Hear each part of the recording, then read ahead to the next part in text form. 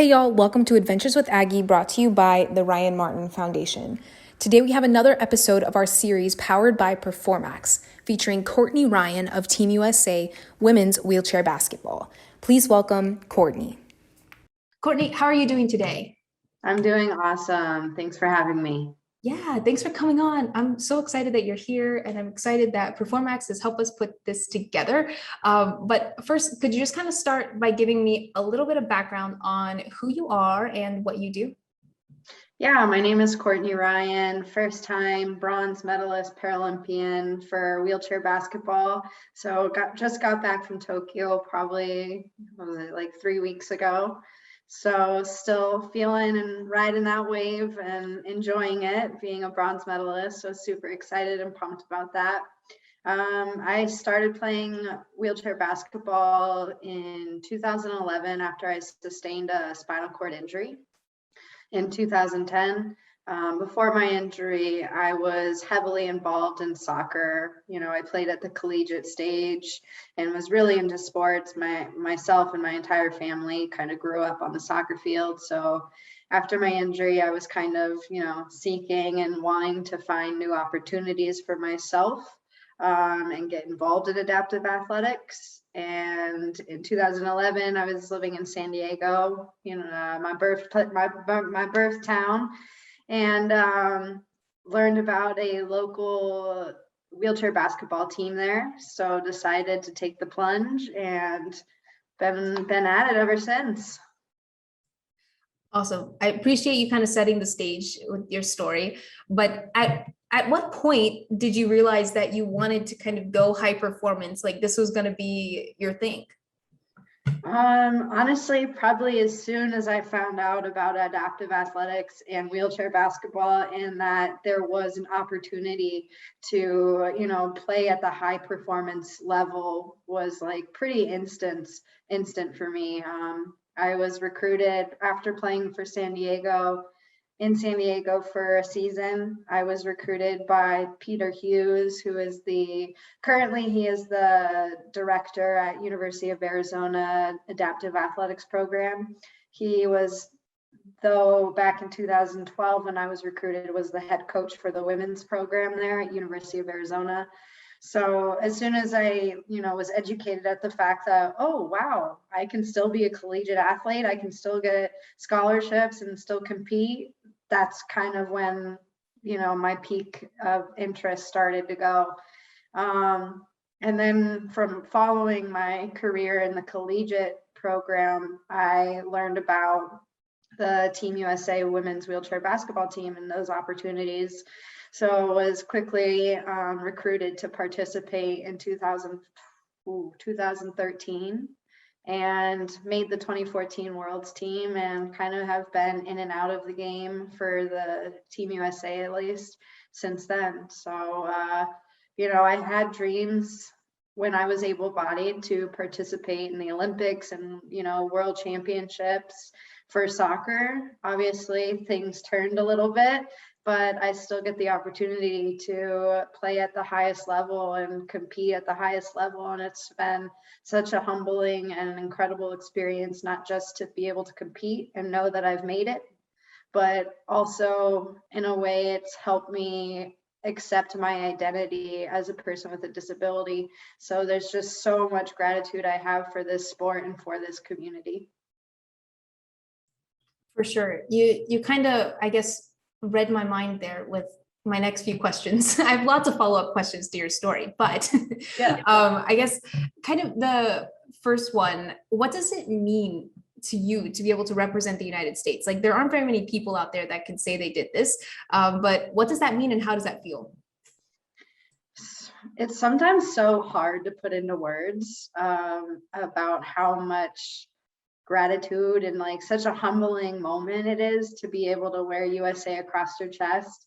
But like, I can always, when I'm getting ready for a game, especially at the Paralympics, I just like could visualize my younger self just cheering me on in the corner, just saying like, you made it, you freaking made it, let's go, let's do it, let's have fun. So I think it's just like, it's a great thing for myself, but also, an amazing opportunity for my family, because they're just so proud, because they've been there, you know, since I sustained my injury in 2010, and like kind of watched me evolve and go through the grieving process after sustaining an injury to making it to the world's biggest stage of sports. So it's not just an experience and a humbling experience for myself, but I also get to share this experience with my family and friends that have been there through this whole time.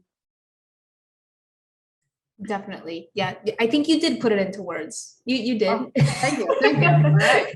Good. Might be hard, but you did it. All right. Yeah. Whew. Perfect.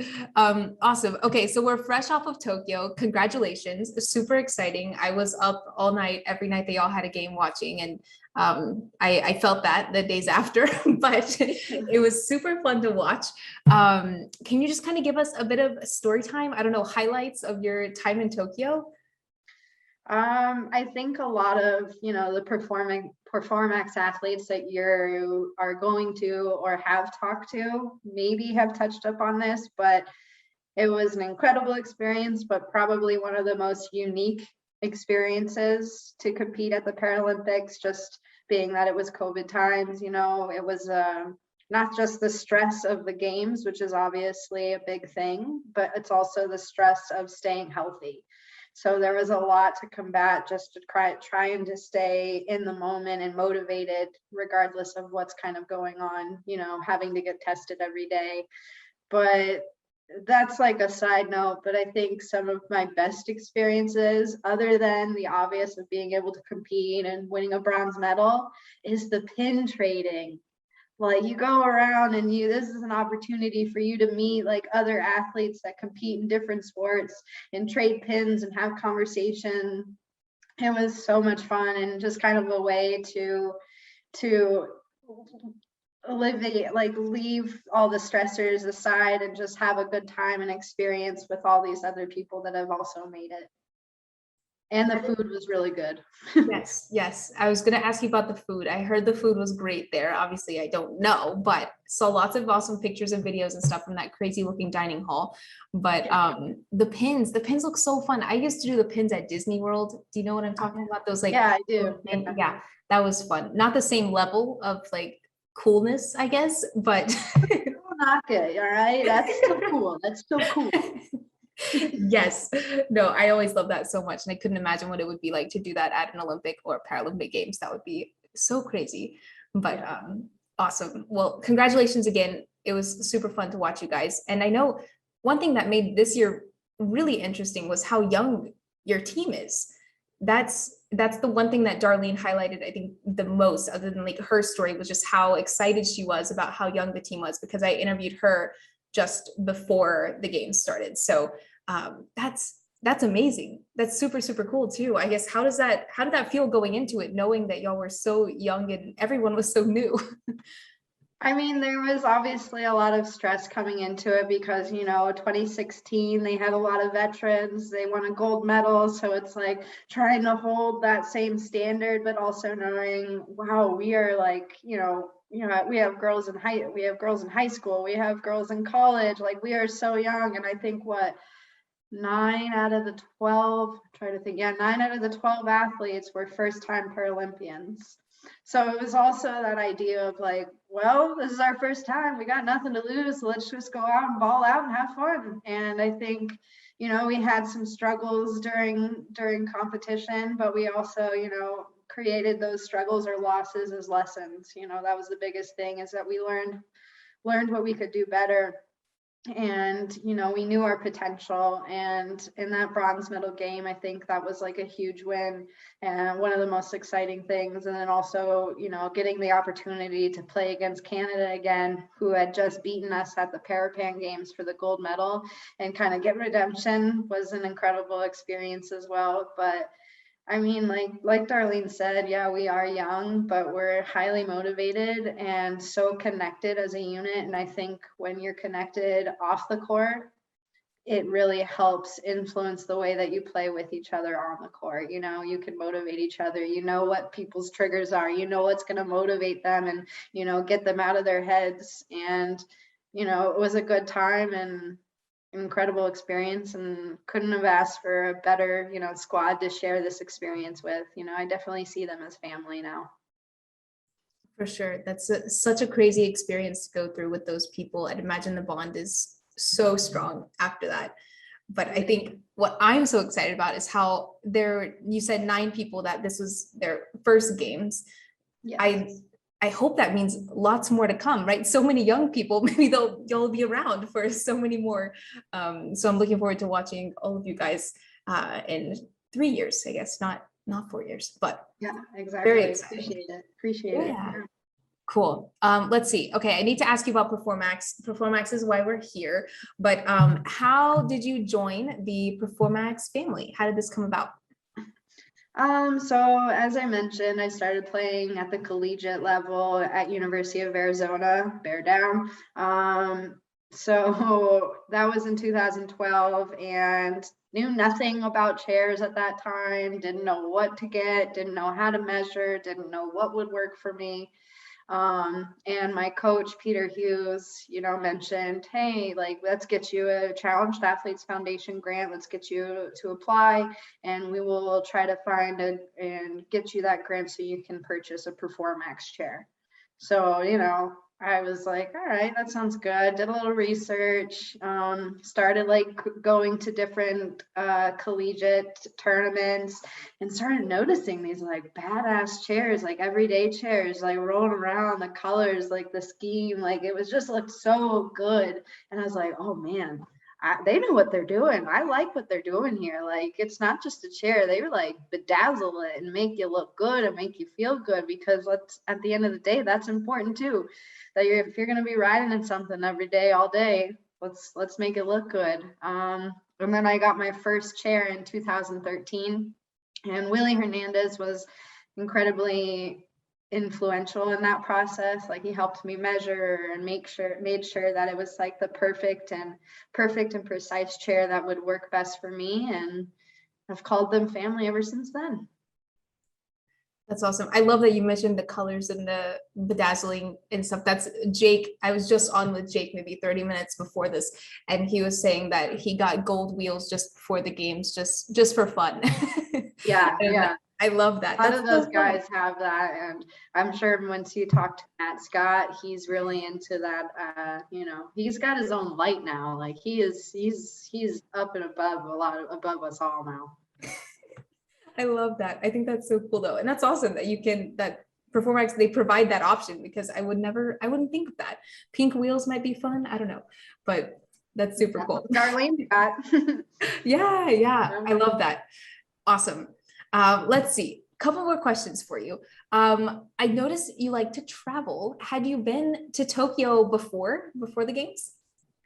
No, and that was probably one of the hardest things, knowing that, we're playing during COVID times, and they said that you have 48 hours to vacate Japan once you have your last competition.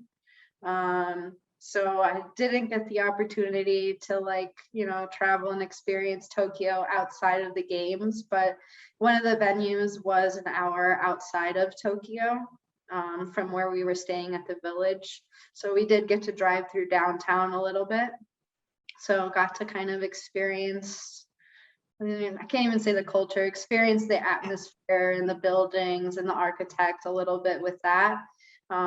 So that was my first time, but definitely plan on getting back there. Yes, perfect reason to go back and see the city. That'll be awesome. I guess where are you headed next? Where do you want to go next? Next, most likely Dubai for Worlds. Okay. Which definitely is, that's work related, but I definitely have plans to go back to my motherland of Ireland. I'm Irish, so I've never been to Ireland, so that's kind of like something I want to do just on my own. That's awesome. Well, I'd love to go to Dubai with you guys. I think that would be lovely. I'll tag on. Let's go. That sounds great. Awesome. And highly recommend Ireland. I have been, and it was amazing. It was so cool. We did all the touristy things that you're supposed to do when you go to Dublin for the weekend, but it was great. Awesome. Yeah. Good to know. Yes. Cool. Okay, let's see. I have two more questions for you. These are kind of the two that I end the show with. But first, could you kind of give us maybe a brief explanation of a mentor or somebody who kind of influenced your sporting journey? I would definitely have to say my sister and brother. I'm the youngest. I'm the youngest of the three of us, and grew up watching them compete on the soccer field before I started playing as well. But not only that, but they were incredibly helpful at finding resources when I was just not in the mood to do it myself or research myself at the time when I first sustained my spinal cord injury. So my brother actually knew a family friend that worked for Challenged Athletes Foundation, found me a mentor, and she introduced me, Erica Davis introduced me to a bunch of different sports until wheelchair basketball stuff, obviously. And my sister, when I first started playing, she actually drove me to my first practice. And like, I was very hesitant at the time, like, I don't know, like it's wheelchair basketball, like super ignorant, didn't know anything about it. When we get there, and I remember just like hearing how loud the sport was and people flipping out of their chairs and the aggressiveness that comes with playing wheelchair basketball. And her and I locked eyes and we're like, oh man, yeah, this is definitely for me. And looked at different YouTube videos and researched like different drills that we could incorporate. And she was like she would rebound for me all the time and help me work on my shot. So they were, motivating when I was younger just to be able to watch them compete, but they were also so motivating when I first started playing basketball. So definitely would say that they're my mentors. Definitely. You need the close circle to kind of give you that push, which I love. Absolutely. Awesome. Great. Okay. Last question for you. What is one piece of advice you would give to younger Courtney? Feel what you got to feel. I think, a lot of us, and not just me, have a tendency to, just push away the feelings that are actually necessary, emotions that are necessary to cope with different things. And that was one of the really drawbacks that I had when I first became disabled, was just trying to ignore all the emotions and just keep pushing forward, but it didn't work. So feel what you got to feel, cry if you got to cry, laugh if you want to laugh, just feel it. That's awesome. It sounds like Nike, just do it, but just feel it. That's good too. Oh, call me Nike. I love it. Awesome. Well, Courtney, this was great. Thank you so much for sharing your story today. Thank you for having me again. This was awesome. Courtney, thank you so very much for coming on the show and sharing your story with us. Join us on Thursday for another episode of Adventures with Aggie, powered by PER4MAX.